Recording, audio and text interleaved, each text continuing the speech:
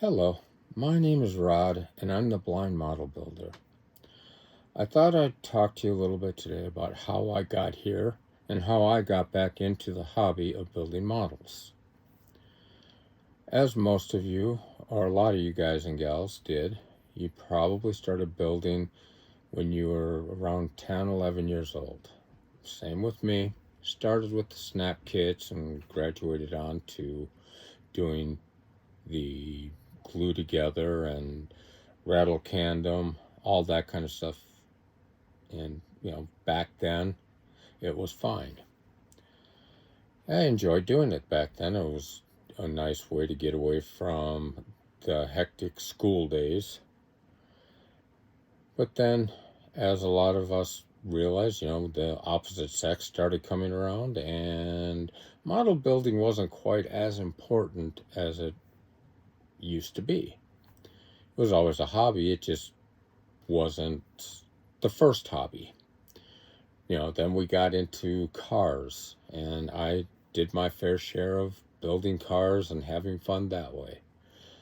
I got out of high school, joined the Navy, and once I was done with my Navy time, I decided, I really need to, I just needed to be by myself. So I spent a year and a half driving truck. Great way to be by yourself. After that, I decided, I kind of need people around me again. And I started working at a warehouse. Worked there for a while, and when they shut down, I decided, maybe I need to start doing something more along my interests. And I was into drafting. That was my big thing in high school. So I went to school and I became a drafter. Did that for a while, and I was sitting at my desk one day, and all of a sudden the world went blurry. It took about an hour, and my sight came back. I told my boss I need to go see the doctor. And at the time, I'd already had 2 kids. So I went and I called my wife and told her what happened. Told her I'm okay now. I'm going to go pick the kids up, bring them home. I need to go to the ER after that. Did that. The ER told me you've got a problem. It's, as a Navy vet or as a vet, it's really? You don't say. And that just, I guess that was that. My drafting career was over. My driving was, I still tried to drive for a couple of years, and I couldn't do it. I had no peripheral vision, and I had something called a mini stroke in my right eye. If you notice, my right eye looks a little odd. That's because that right eye is artificial. I do have a prosthetic. My left eye, all I have is central vision out of it. I had some laser surgery done to stop blood vessels breaking, stuff like that. So my sight is what my sight is. The way that I was able to get back into this was through the VA. Through the VA, they have a program for blind rehabilitation. Now, I went through the program and I got a lot of low vision aids, which I do use here quite a bit. A lot of different lighting, magnification, stuff like that. So that is how I actually am able to do some of my detail work. In the past year or so, I've been trying to get into even more detail work. I've been watching some of the model channels out there. Ed over at, let me see if I can remember, One Team Garage, I believe. I started watching him, and he was starting to wire engines. It's I would never have thought to do that. Well, I'm now able to do some of that.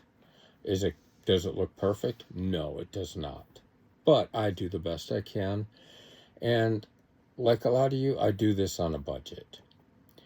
Now, coming to try and figure out exactly what this channel is going to be about, it'll be about how I complete builds. And not all my builds get completed in a timely fashion. Like right now, I'm working on the tow truck behind me. That has been a project since probably October. And I'm probably going to have to put it up for a bit. I need to figure out some decals for it. Then we'll come back to it. And I also have a service dog that you might see running around here on occasion. This is her. Her name is Rosie. She is about a 4-year-old Doberman. She was a rescue out of Southern California, and I was lucky enough to find her through an organization here in the Treasure Valley called Guardian Paws. I will mention Guardian Paws on occasion because they are an excellent group that actually helps veterans and first responders who are in need of service dogs, whether it is for mobility, which I use mine for emotional support, which we have a lot of vets with PTSD that use their dogs for that.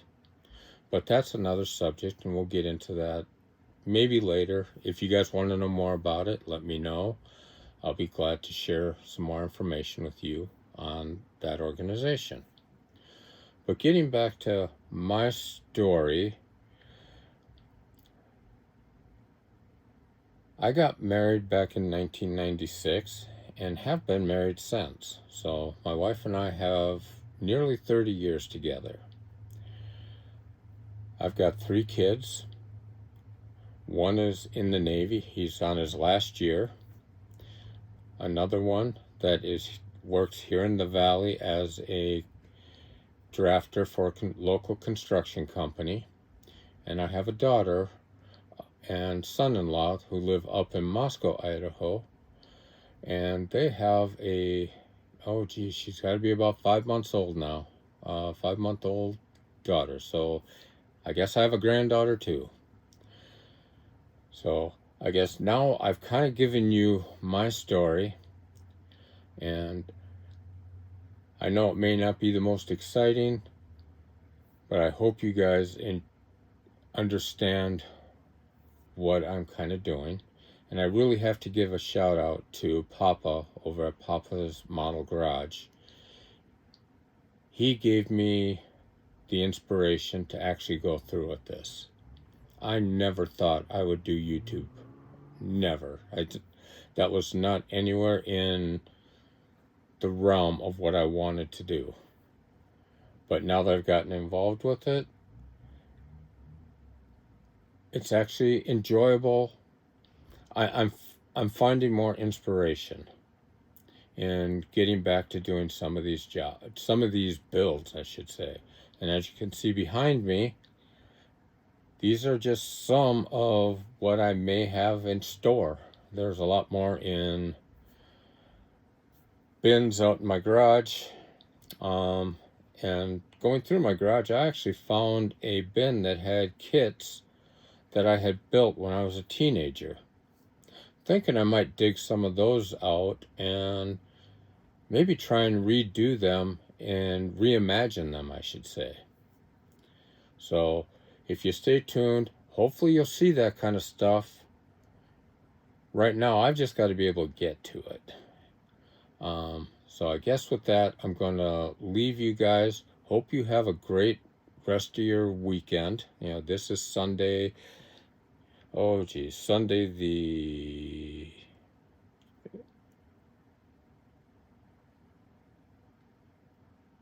18th. I can barely read my watch. Don't have my glasses on, so it is what it is.